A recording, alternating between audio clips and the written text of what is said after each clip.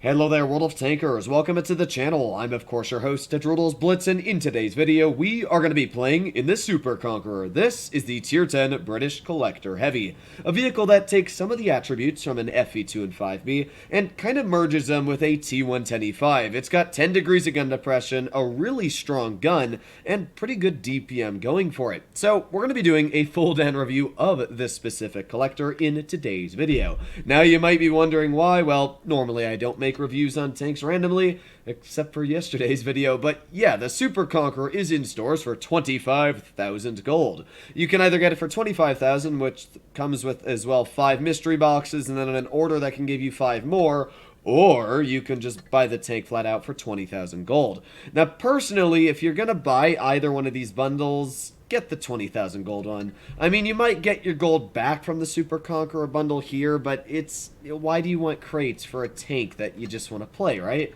So that would be my personal opinion. But on the question of 20,000 gold, I'd say save your money. Even with the gold box that is currently available, that'll be for $20 and give you 16,000 gold. If you just save that 16,000 gold for, let's say, like the Blitz Fair, which comes out in a month, you'll probably be able to get a tier 10 or at least an incredibly strong tier 8 for that amount of money. So save your gold, save your wallets until the Blitz Fair comes out. That's one thing I've been saying constantly. Now, one bit of news I do have to say is that I think that vehicles like the Super Conqueror, the WZ-111-5A, and Chieftain Mark 6 will not be coming into the Blitz Fair. Wargaming usually does this every year. They bring out the tier 10s that aren't going to be in the Blitz Fair before the Blitz Fair happens. That way, if anybody wants to get them, they can get them. And then they'll bring out vehicles like the AMX M4, the VK90, and the T22 Medium into the auctions where you guys can spend a lot of money or sometimes get actually a decent price on them. I don't know. We're going to see, obviously. You never know what Wargaming's going to do. They might just flip out a random Uno card on me.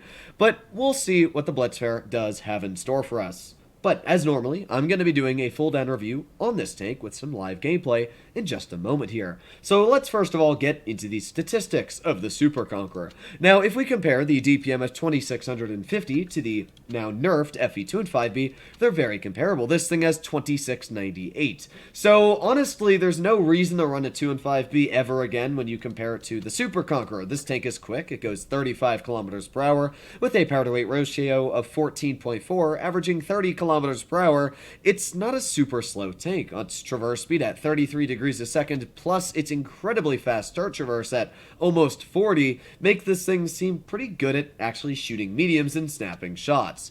The gun has .3018 dispersion and a 4.1 second aiming time. A fun little fact about the Super Conqueror is that it has the best on-movement dispersion values in the game.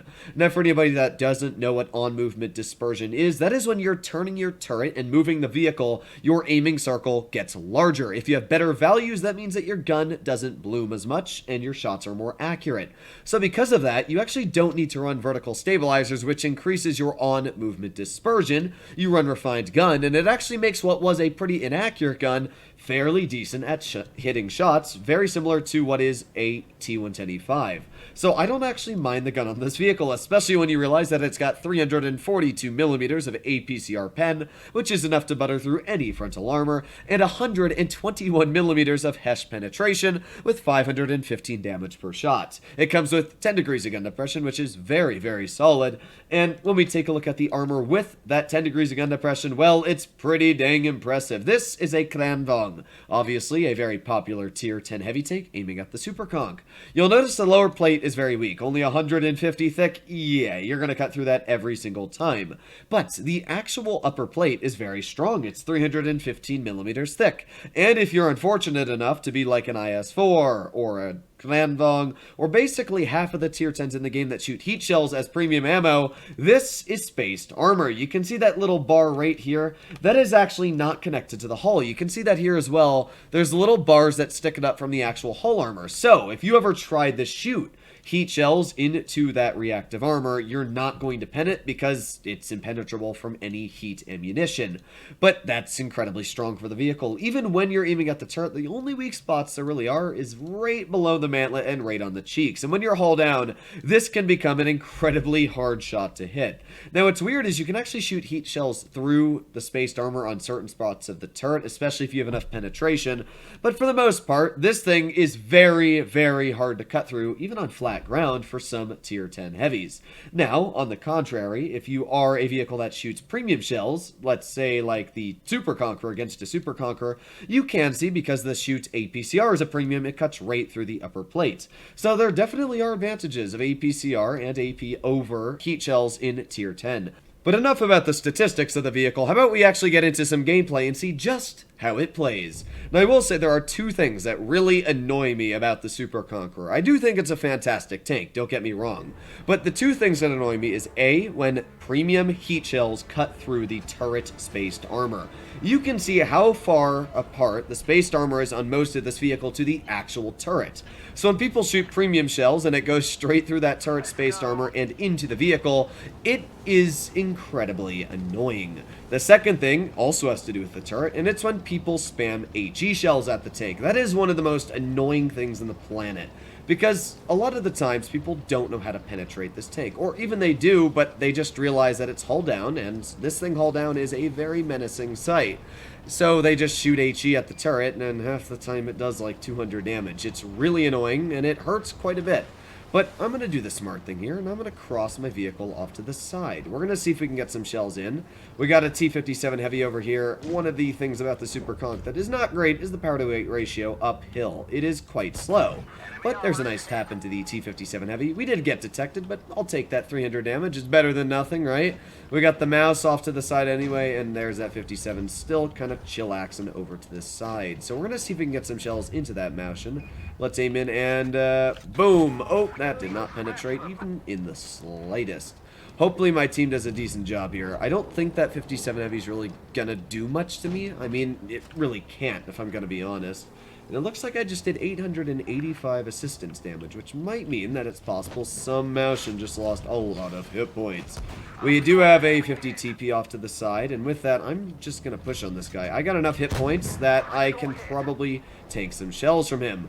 We have the AMX-30 off to the side, and this guy, he's hitting me hard, but, well, you know what, you want to flank in your 50 TP, you're going to learn your lesson, dude. Here we go. Let's see if we can start chunking shell after shell after shell into his vehicle. Man, does that thing hurt, though. It's literally a tier 10 heavy just at tier 9. It's such a broken tank. Either way, we're just going to get some more shells into this guy's vehicle. There's another nice shot. I'm going to make sure that he has... What? Okay, apparently he's just going to pen my tank with no skill whatsoever. As you can see, a tier 9 heavy tank has brought me down to 500 health. I honestly don't know how he managed to pen that last shell. It made no sense in any world, but apparently his world it made sense. Either way, we're going to drive up this hill here. We're going to see if we can get some shells into the T-54E1. Now, as I did say before, the big downside of this vehicle is the fact that premium APCR cuts right through the tank. I mean, it's just pretty easy to cut through with it. So that's the big killer of the Super Conqueror. What's great is this right here. Firing a high explosive squash head shell that does quite a bit of damage. In fact, enough to make this 183 probably not enjoy my company all too much. Let's fire another one at him. There you go. 563 on that shell there. And with that, we're sitting at 2,800 damage. Can't really complain. We're going to load in one more shell and fire. There you go. He's taken out. With that, we're over 3,000. So even though this game didn't start off fantastic, went pretty rocky if I'm going to be honest. We didn't get to work any hull down scenario or really do anything to what this tank normally does well at, because we were still able to use the decent damage per minute it carries and use that hash. It does work greatly. So we got the Hori off to the side over here. Not sure if this guy's going to pull forwards. I mean, yeah, okay, he's just instantly dead. Either way, we broke 3,000 damage, and that's normally what I try to do in tier 10, so I can't complain really all too much. There you go, 3,200 on the dots.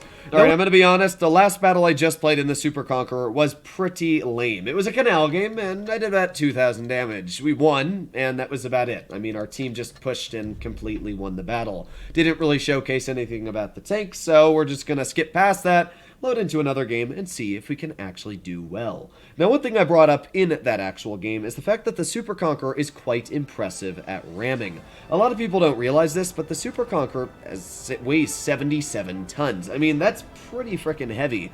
If you ram somebody weighing in at 77 tons, you'll probably take at least 100 hit points off of them. Mediums, easily taking off a big chunk. You know, even if you slightly tap them. I mean, while this tank is not the fastest vehicle, it's also not the slowest. 36 is a pretty big sweet spot, I'd say. Especially with the power to weight ratio, it's not good, but it's not bad. I just love how my medium is the one pushing to heavy side. Everybody else, every single other player in the team decides to push heavy route, or push up here, and our medium is the only player. Obviously, he's not really a player. If he's doing that, we're already down a player.